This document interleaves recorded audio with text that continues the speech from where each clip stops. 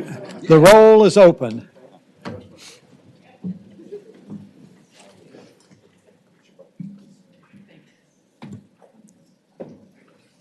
Okay, Hobie. Mr. Chair, you have a quorum. All right, wonderful. Welcome. I appreciate so many of you being here, particularly considering the brief hiatus between when our friends in the House of Delegates introduced their budget and us doing it at 5 o'clock. So thank you very much for being here. I'm going to make some introductory remarks, and then Senator Hanger is going to offer some, and then we will proceed through with the subcommittee reports.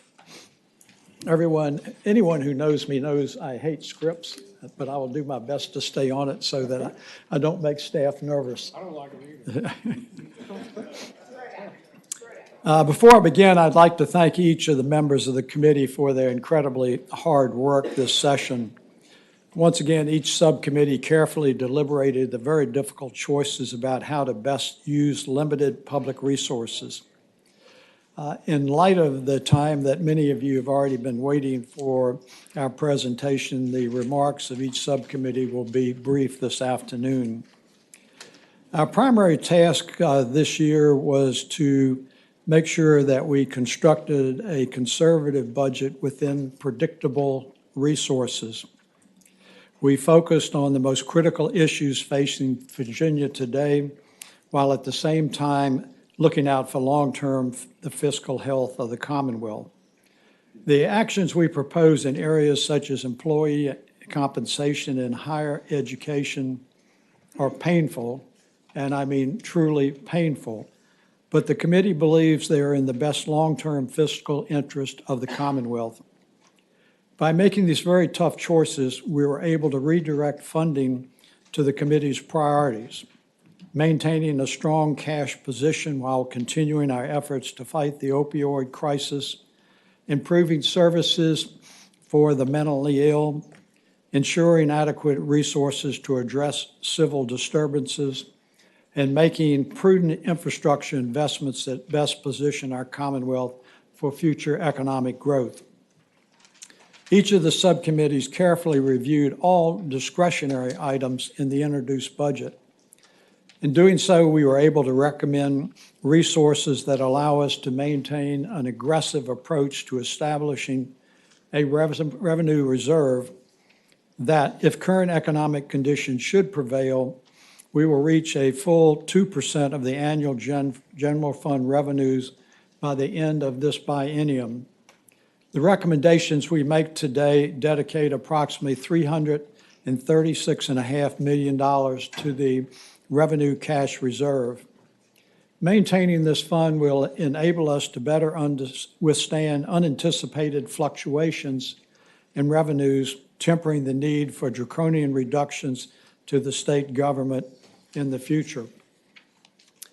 As you have heard since our retreat in Charlottesville in November, the bond agencies have reminded us very emphatically and have signaled to the Commonwealth that we must improve our cash position in order to better withstand the unanticipated shortfalls in revenues without repeatedly accessing our constitutional revenue stabilization fund, known to you as the Rainy Day Fund.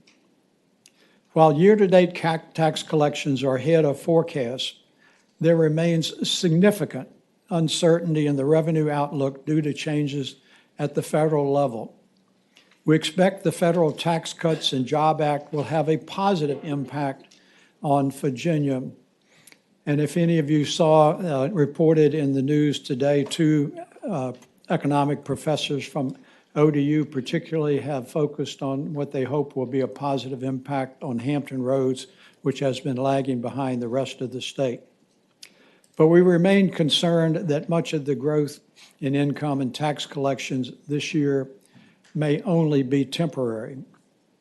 Unfortunately, as the Secretary of Finance reminded us last week, we will not know how much additional revenue we will have as taxpayer behavior and refunds begin to settle out. At that point, we will begin to decipher how much additional revenue we may have and how that will impact our revenue forecast for the long term. Although there is some outstanding revenue uncertainty, providing stable and ongoing compensation actions for Virginia's dedicated workforce remains a priority with this committee. In November, JLARC recommended a long-term approach. While we do not provide any compensation actions in this biennium, we stipulate that all future governors introduced budgets include compensation actions prior to addressing any other discretionary spending when revenues allow. Turning towards the resources assumed in our budget proposal, the revenue forecast remains conservative, reflecting a modest growth in the 3.5% range for both this year and next. Adjustment to resources identified by the committee reflect the impact of legislation, balances transferred to the general fund, and the continuation of the current tax policy decisions implemented last year to limit the historical rehabilitation and the land preservation tax credits. Senator Hanger will now provide some specifics on the committee's budget recommendations. Before I turn to our co-chairman, I would like to thank him for his very hard work and his exceeding patience with his very disruptive co-chairman. I sincerely appreciate his dedication in producing a fiscally sound budget that, while not addressing everyone's concerns, is something we should be able to endorse. Senator Hanger. Thank you, Senator Norman, members of the committee, and guests that we have here this afternoon. Many of the budget issues before us this year were not dramatically different from those that we were confronted with last year. Although we've enjoyed some modest revenue growth, the critical and mandatory funding requirements for K-12 rebenchmarking and Medicaid inflation consume most of available funding. So once we had determined that we had a priority to build our revenue reserve so that we could maintain comfortably our AAA bond rating, then we had not as much flexibility with other items as we had hoped to have. We wrestled throughout the session with the decision on if or how we should expand the healthcare safety net programs provided through Medicaid, and if we did expand, how to pay for these critical services. As you're well aware, while we are all agree that something must be done, there's no easy solution or path to consensus. This budget does not include provisions to expand Medicaid, and I know this does not please every member of this committee. We've restored the $421 million in assumed savings from Medicaid expansion that was included in Senate Bill 29 and Senate Bill 30, and reject the proposed hospital provider assessment.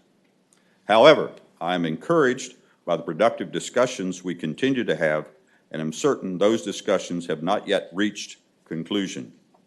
In the area of health and human resources, our recommendations endorse and enhance funding for mental health and addiction treatment. These investments will continue our efforts to address the challenges across the spectrum of mental health needs. Similarly, in public safety, resources are prioritized primarily around mental health and substance abuse issues. In public education, our focus is on preserving rebenchmarking funding. We assume some additional resources from a forecast growth in lottery connections. We largely dedicate that funding to address critical needs in at-risk and early childhood programs.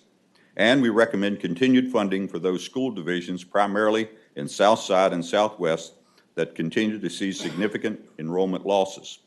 In higher education, the subcommittee focused mainly on redirecting funds while maintaining some new allocations for base operations and financial aid.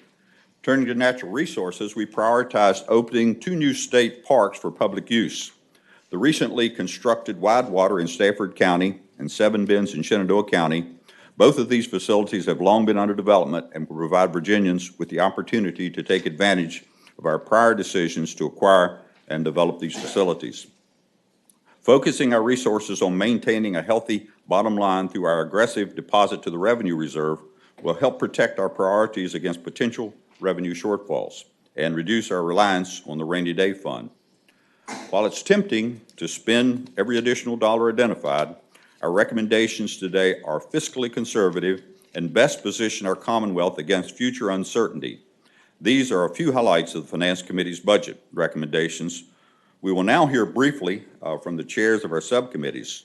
Before we turn to the subcommittee reports, I also wish to thank my co-chairman, Senator Norman, who actually, contrary to what may be publicly observed, we get along fairly well. And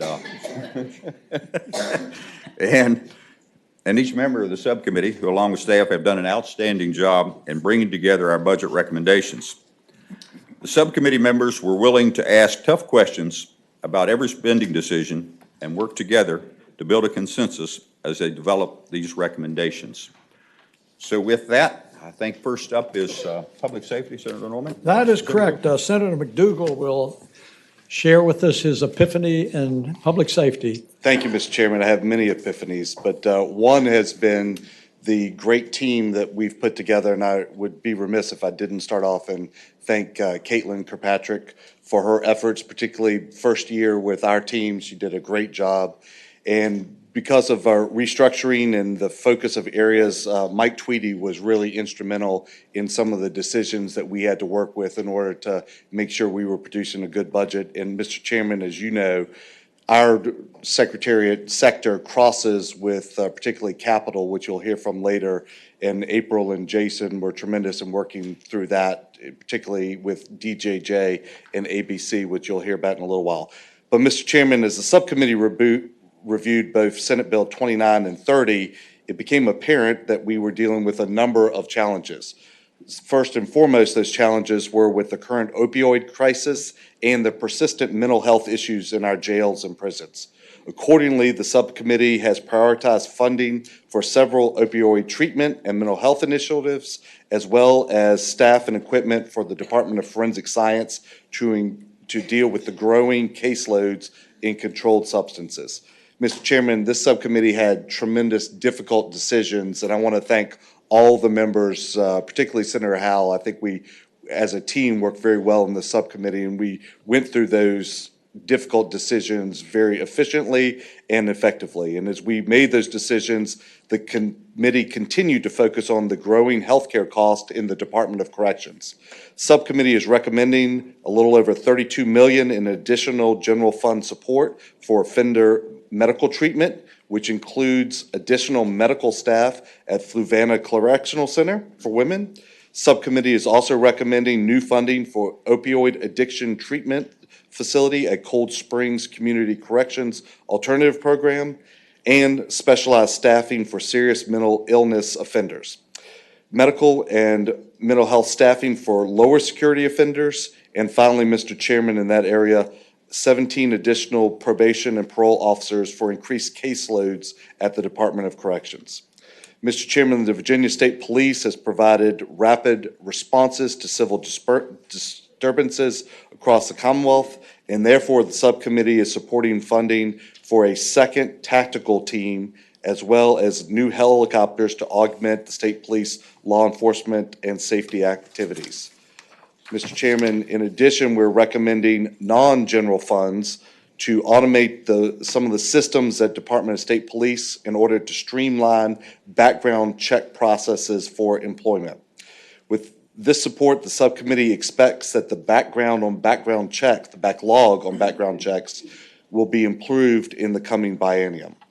Mr. Chairman, the subcommittee is also recommending increased general fund support for local police departments and new grant funding for critical incident support services for our existing law enforcement officers. This is to be administered by the Department of Criminal Justice Services. Further, we're recommending extending the pilot program for mental health treatment in local and regional jails that was authorized in the last biennium. Finally, Mr. Chairman, as Alcohol Beverage Control, or ABC agency, is moving to a authority status, we're recommending funding in a couple areas. One, new information technology systems and staffing of new stores to promote efficient and responsible growth. Also in the the area of Veterans and Defense Affairs, the subcommittee is recommending new benefit offices in Virginia Beach and at Fort Belvoir. And finally, the operation and maintenance funding for the expansion of veteran services cemeteries. Mr. Chairman, in closing, again, I'd like to thank the members of the committee for their collaboration and leadership in this report, and I would move that the committee accept this Public Safety Subcommittee report. There's a motion that we accept the subcommittee report on public safety, and Senator Newman seconds. Is there any discussion? If not, all those in favor of approving and accepting the public safety subcommittee report, please signify by saying aye. Aye. Thank you, Senator McDougal. We appreciate it very much.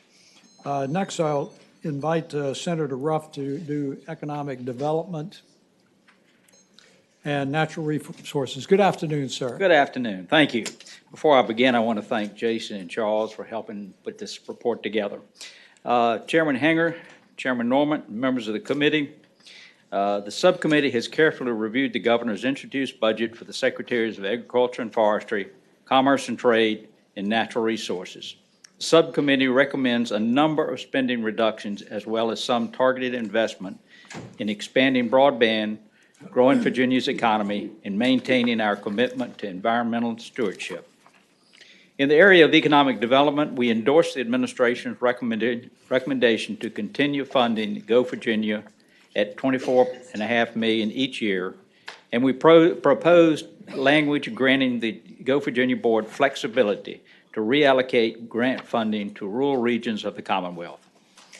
We recommend other strategic investments in economic development, including increased funding for broadband in unserved areas from $1 million to $4 million each year, and to provide additional marketing dollars for the Economic Development Partnership. The subcommittee proposes an additional funding for the opening of Widewater State Park and Seven Bend State Park, and recognizing recently executed settlement of mitigation agreements that will provide over $220 million for protection of natural resources. The subcommittee was able to identify related general fund savings, which was included in our recommended amendments to Senate Bill 30. We hope it will be the pleasure of the committee to adopt these amendments. Senator Ruff has moved and Senator Newman has seconded that the full committee accept the report on economic development and natural resources. Is there any discussion? If not, all those in favor, please signify by saying aye. Aye. Thank you, Senator Ruff, for an extraordinary job that you did as well. Next, Senator Hanger, if you would share with us Health and Human Resources, sir.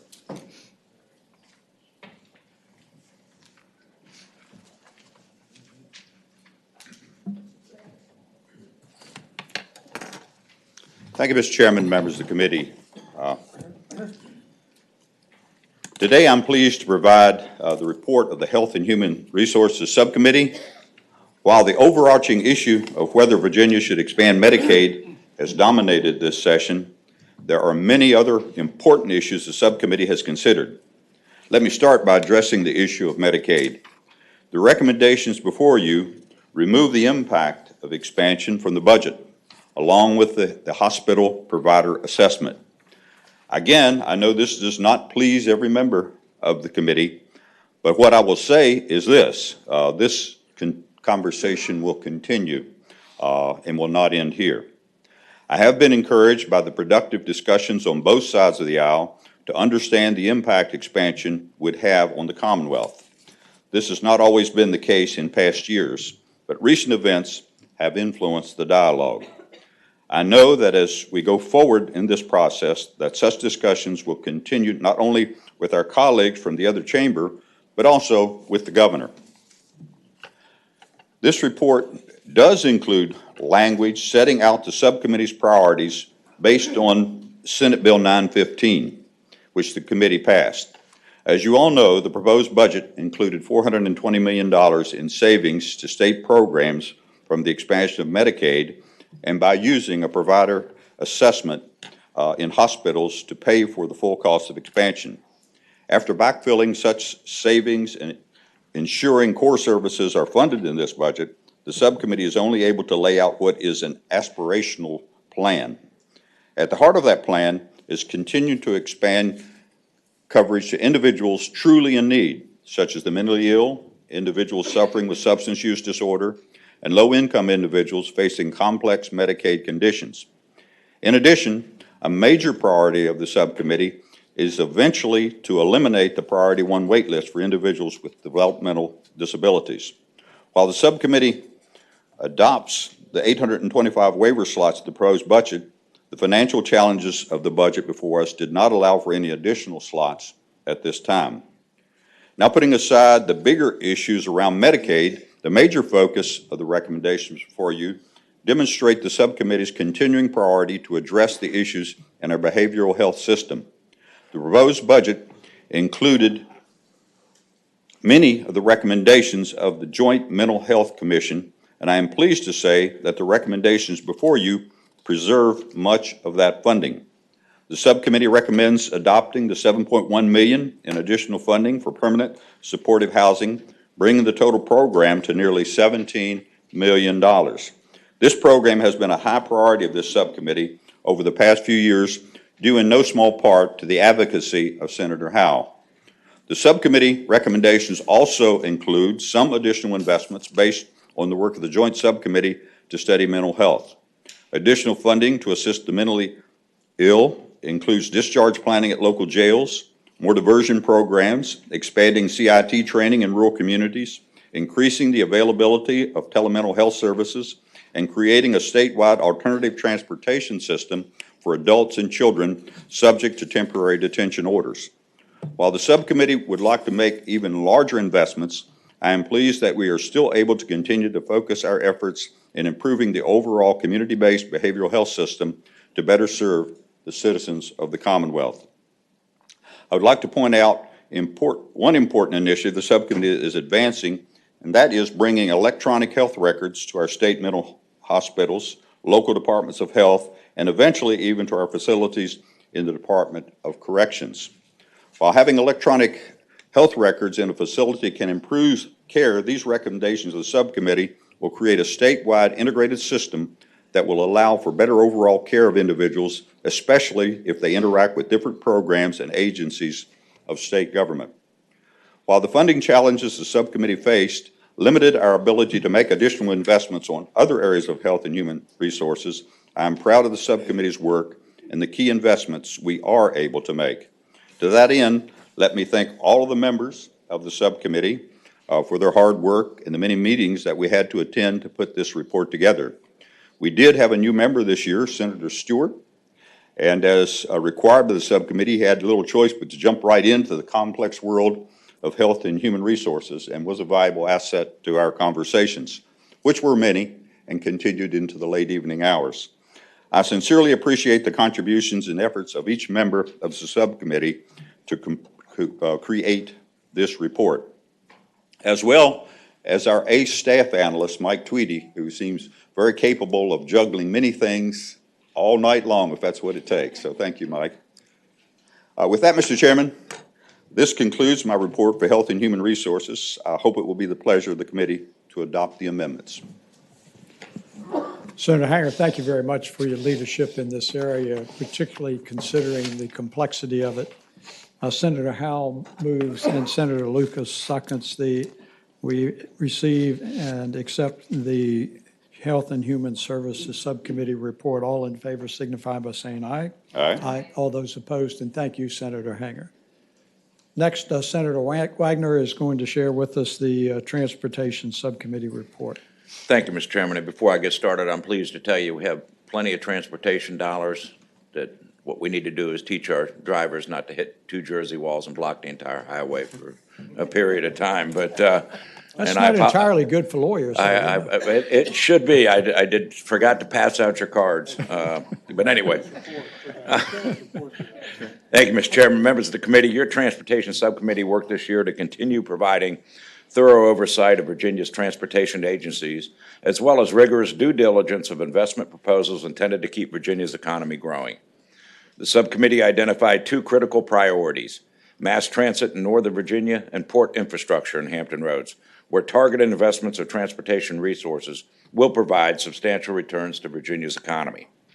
To that end, a majority of our efforts focused on providing dedicated ongoing funding to address the needs of Virginia's largest transportation service provider, the Washington Metropolitan Area Transit Authority. Legislation that successfully passed the Senate embodies a fiscally conservative and responsible approach for providing both additional funding to address critical infrastructure needs and management reforms necessary to ensure Metro can once again function as a world-class transportation provider. Accordingly, your Transportation Subcommittee recommends that actions taken to remove funding proposals that were included in the introduced budget. Additionally, the subcommittee endorses efforts to begin making investments in widening and deepening the Hampton Roads Channel in order to effectively position the Port of Virginia to continue its strong growth and prepare for future cargo vessels that will call on Virginia. With an eye towards containing the long-term cost of services provided by Virginia's transportation agencies, the subcommittee recommends maintaining current staffing levels at most transportation agencies and phasing in our investments to provide federally required real ID compliant driver's licenses. Recognizing that transparency and accountability in all expenditures is critical to maintaining our public confidence in Virginia's transportation program, the proposals of your Transportation Subcommittee focus on providing diligent oversight, sound fiscal stewardship, and common sense solutions to the challenges we face today. Mr. Chairman, I'd like to put a special shout out to Jason Powell, who worked very well and worked very hard as we sorted through a number of these issues. And with that, Mr. Chairman, that completes the report of your Transportation Subcommittee, and I would recommend approval. Senator Wagner has moved and recommended the approval and the acceptance of the Transportation Subcommittee report, which he has had a personal experience on today. Senator Saslaw seconds that. All in favor of that motion, please signify by saying aye. Aye. All those opposed, and that is accepted. Senator Newman will now share with us the Public Education K through 12 report. Good afternoon, sir. Good afternoon, Mr. Chairman. To the Chairman Hanger and also Norman, members of the committee, I would first like to thank each of our Education Subcommittee members for their contribution in this important area of the budget, in particular Senators Norment, Howell, Saslaw, Hanger, Ruff, Donovan, and Stewart, and also to Sarah Herzog, which spent many long days and nights on the report. Mr. Chairman, before handing off to the Chairman for Higher Education, I'm pleased to present to you first the highlights of this year's budget recommendations related to elementary and secondary education. We are pleased to present a report that fully funds the SOQ rebenchmarking. Overall, our recommendations provide an increase in direct aid to localities for education of $259 million in 2019 and $307 million in 2020, above that of the FY 2018 level. This totals to $555 million over the biennium of new spending. As you will recall, a large portion of rebenchmarking costs are attributable to the cost to annualize the salary increase we provided to in the 2017 session for the 2016 to 2018 biennium. Despite the need to redirect the proposed 2018 to 2020 biennium 2.1% salary increase in order to backfill the overall savings assumed in the budget as introduced, our recommendations make relatively modest net adjustments to the budget as introduced and make some targeted investments.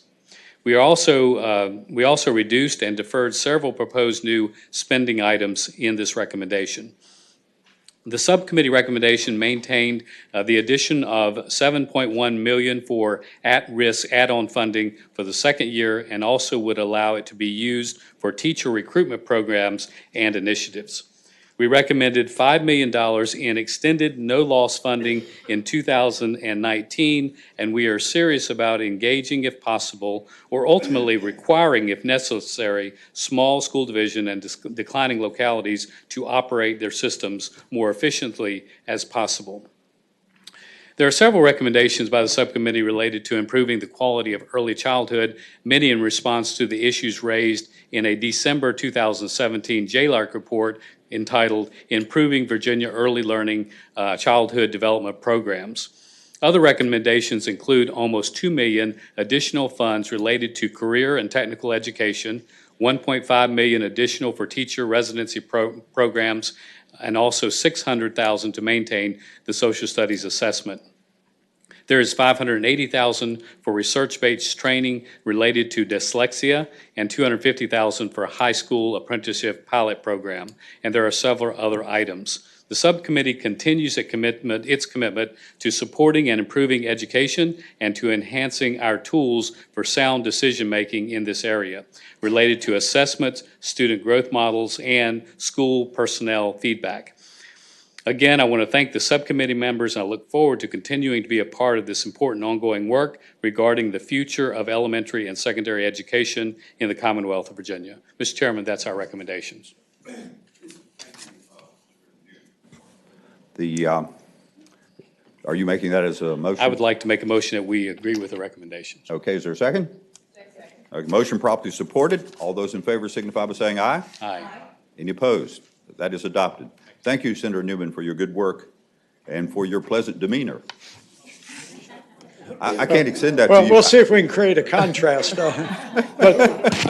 But speaking of contrast, it did occur to me that there might be one or two in the room today who might be dismayed at the fiscal conservatism of our budget. So I tried to wear one of my more subtle shirts to brighten the atmosphere up a little bit. If I could direct your attention to higher education just for a moment, please. First of all, I want to thank April for the extraordinary job that she has done in higher education and tolerating my behavior. And Sarah, for what you've done on K-12, we're very appreciative of what you do in that regard. The subcommittee continues to focus on the future sustainability of our system of higher education. And although our funding for higher education may not be as high as we would like it to be, we chose to focus our actions on maintaining affordability for Virginia's families, preserving recent investments related to workforce credentialing and preparing students for the jobs of the future. And I will say that Senator Ruff has been a tireless advocate in that area. From the introduced budget, the subcommittee retains $24.1 million in the second year and allocates an additional $4 million for base operations in order to support access and completion. Every dollar spent in this area helps keep tuition lower for our students. Also, towards moderating the cost of higher education, the subcommittee provides $22.8 million over the biennium for need-based undergraduate financial aid. The subcommittee further supports the New Economy Workforce Credential Grant Program with $4 million in new funding for the coming biennium and an additional $1 million for the current fiscal year. This program is truly an investment that will help Virginia diversify our economy and provide students with a better future.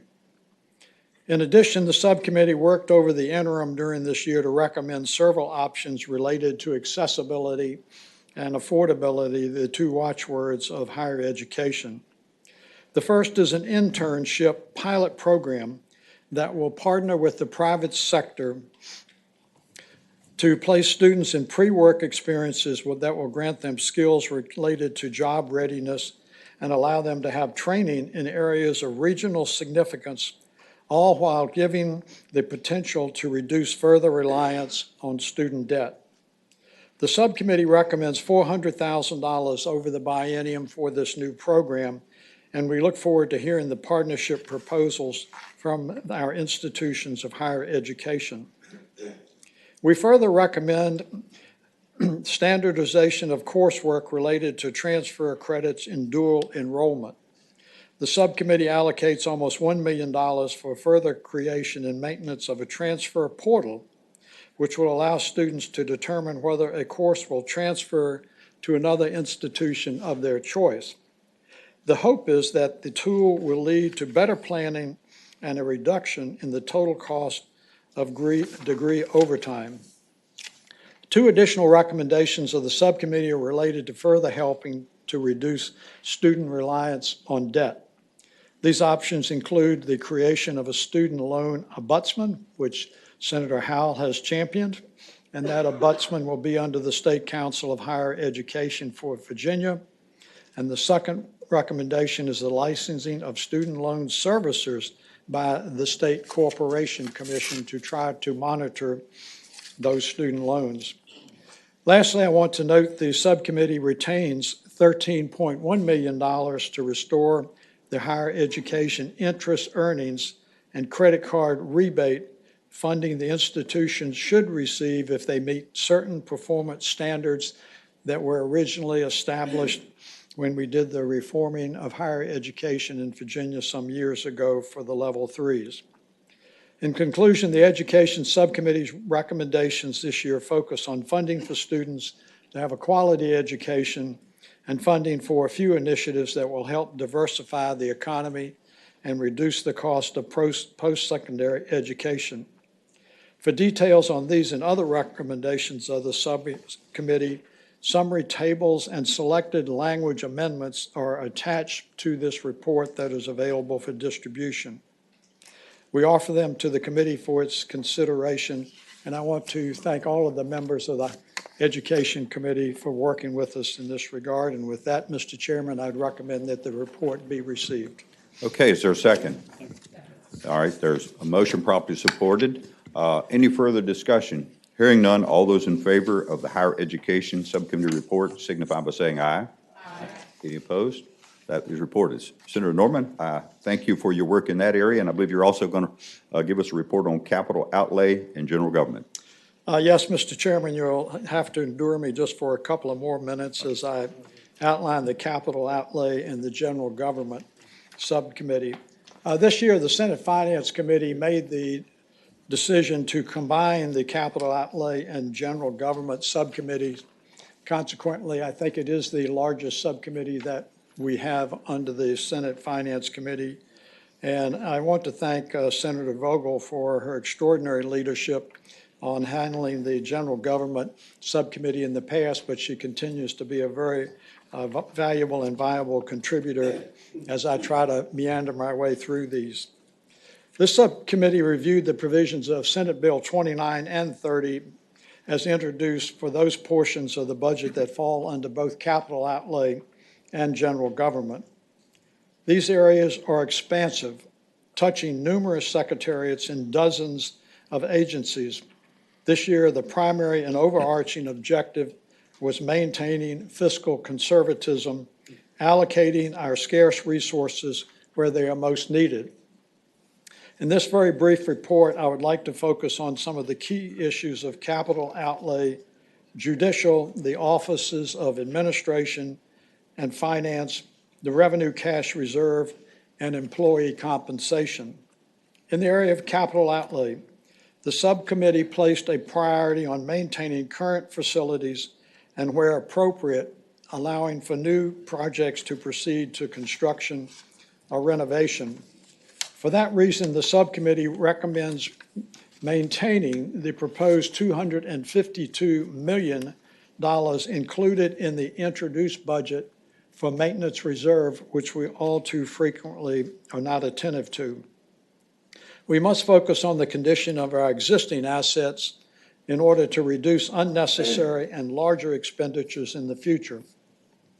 The subcommittee also appropriates $58.2 million in bond proceeds for equipment for projects that will be coming online during this biennium. In addition, the subcommittee provides project supplements that are needed in this biennium and allows several key projects to move forward either in the planning stages or in construction. This includes the construction of a new alcohol beverage control warehouse and administrative offices. The subcommittee continues to closely monitor our debt capacity and make prudent investments to ensure that the state is able to respond to our future capital needs. Shifting now to the Judicial Department. Among the issues examined within the Judicial Department were the increase in the number of waivers submitted by court-appointed counsel relating to lengthy and complex criminal cases, many of which are capital murder cases. Providing appropriate funding in this area will ensure adequate representation for individuals throughout the judicial process. Next, in the area of the Office of Administration, in order to address the growing cost of our own state health plans, the Senate proposed language directing the Department of Human Resource Management to implement a shared savings initiative program whereby plan members are incentivized to be cost-conscious consumers of health care services.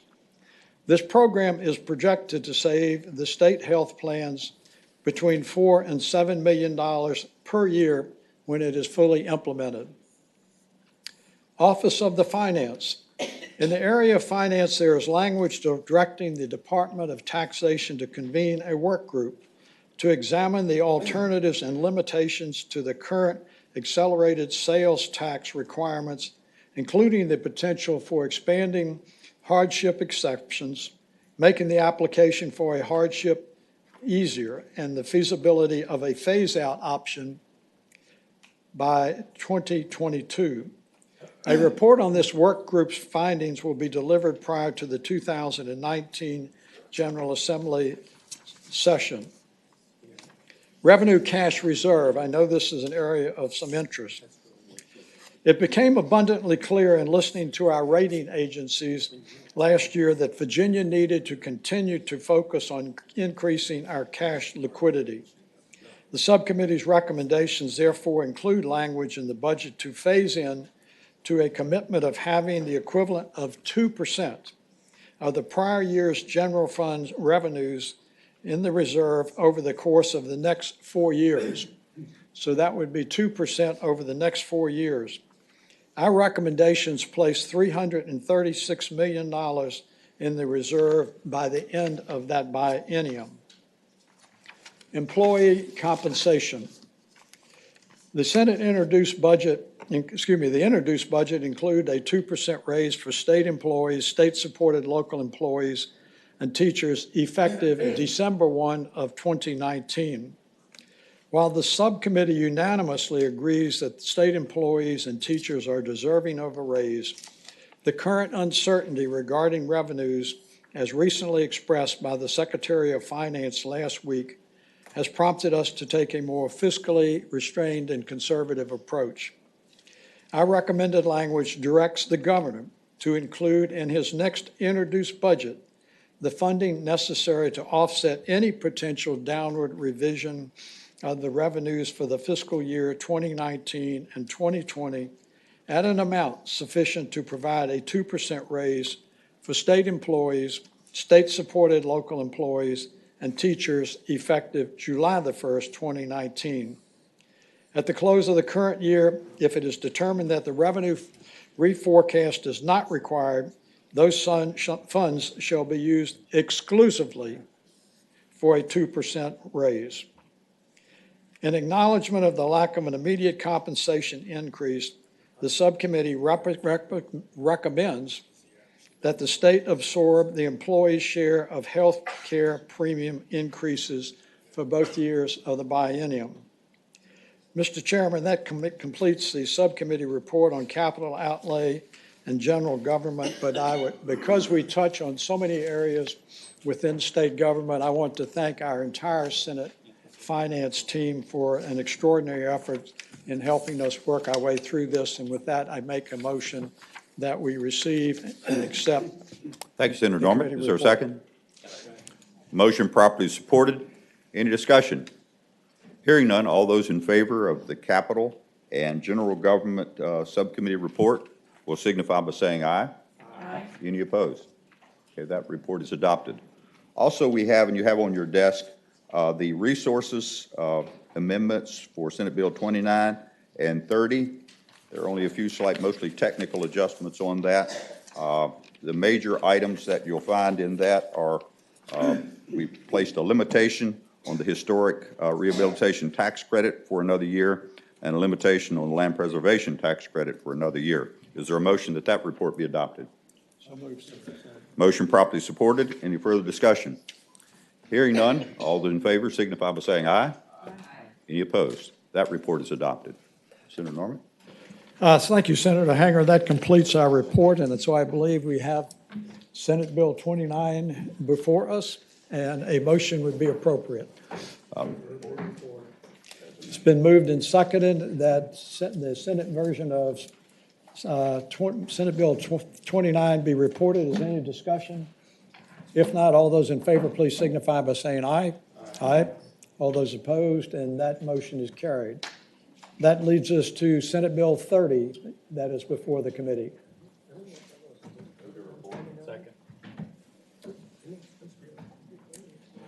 Yeah.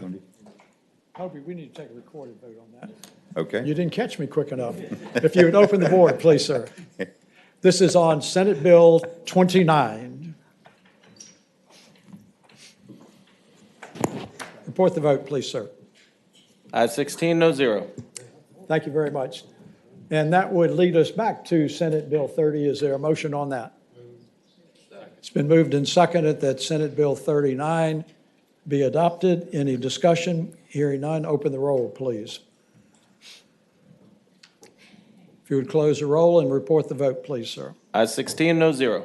Ayes 16, no zero. Senate Bill 30 is passed. Mr. Chairman, anything further to come before the committee? Not that I'm aware of. Certainly want to extend thanks again to the committee for, and to the staff, certainly the staff. The staff, you know, we were a little bit lacking focus for some of this time because of the major decisions we needed to make.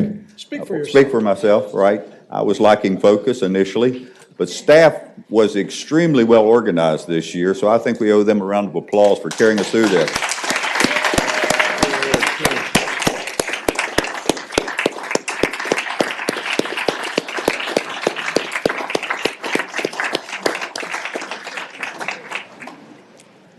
With that, Mr. Chairman, the committee will rise.